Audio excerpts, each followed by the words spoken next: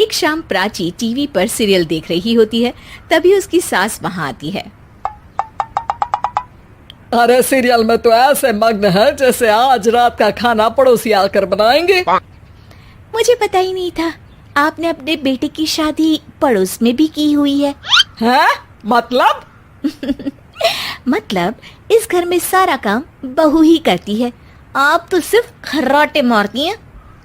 अच्छा जी, फिलहाल तो तुम आराम फरमा रही हो, चलो जाओ, ये मेरे टीवी देखने का समय है। आहा, इसीलिए मुझे भगाया जा रहा है। सॉरी, अब तो बिल्कुल नहीं जाऊंगी। प्राची की इस बात पर दोनों सास बहू के बीच टीवी रिमोट के पीछे बच्चों जैसे छीना झपटी शुरू हो जाती है, जिसके बीच श्लोक भी काम से घर वापस आ जाता है। आज मेरी चूहे बिल्ली की जोड़ी किस बात पर झगड़ रही है? अरे तेरे बीवी मुझे टीवी ही नहीं देखने दे रही। अरे तुम्हारी मम्मी मुझे खाना बनाने के लिए फोर्स कर रही है।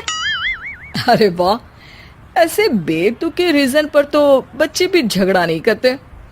अरे मुझे कुछ मत बोल, सब इसने ही शुरू किया है। हाँ हाँ, जैसे आप तो बहुत दूध की धूली है ना। अरे बस, दोनों चुप। प्राची जाओ, खाने की तैयारी करो। और माँ तुम छोड़ो, तुम्हें क्या बोलूं, शांति से अपना सीरियल देखो, मुझे दोबारा लड़ने की आवाज सुनाई नहीं देनी चाहिए।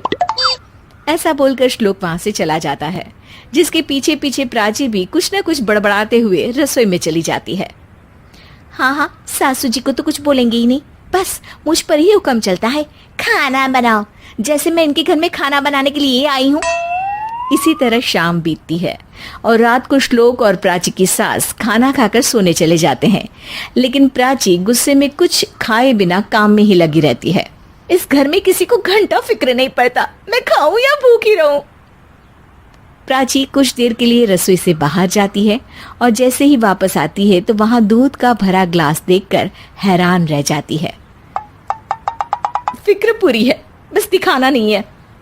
प्राची दूध पीकर सोने चली जाती है और अगली सुबह एक बार फिर सास बहू का कार्टून नेटवर्क स्टार्ट हो जाता है।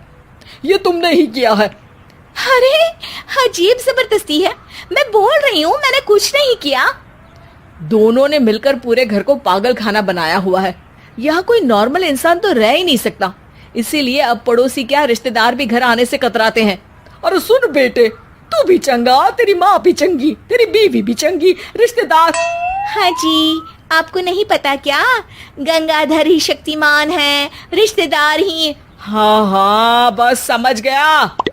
कभी जानवरों जैसे लड़ेंगी तो कभी जुगलबंदी करेंगी। भाई मैं आप दोनों के बीच में नहीं फंसना चाहता।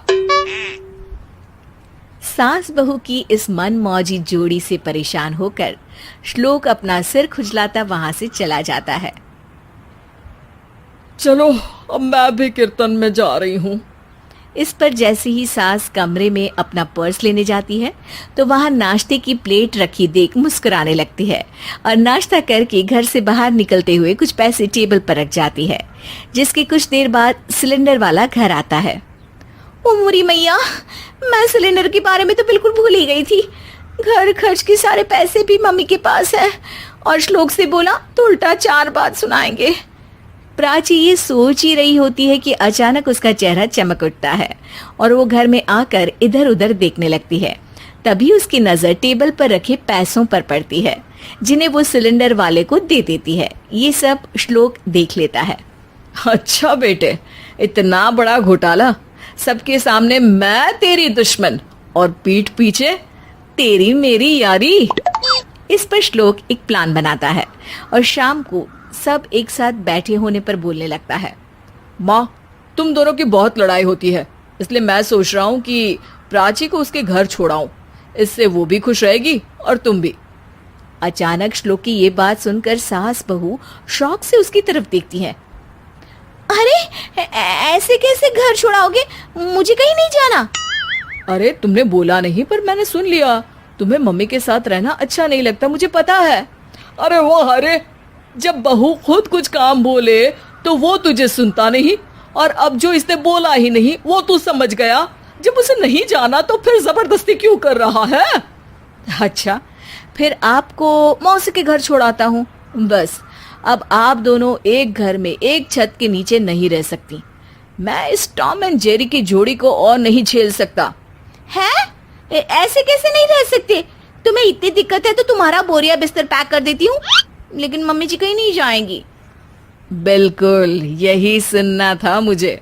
अगर दोनों में इतना ही प्यार है फिर हर वक्त ये लड़ाई का नाटक क्यों करती हो?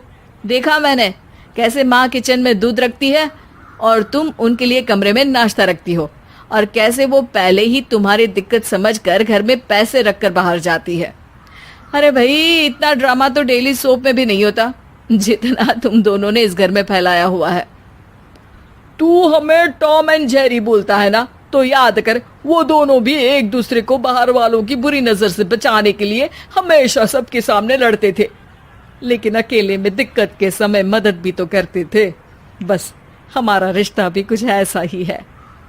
और वैसे भी अगर सास बहू में तू मैं नहीं होती तो दुनिया वालों को कहानियां कैसे मिलेंगी?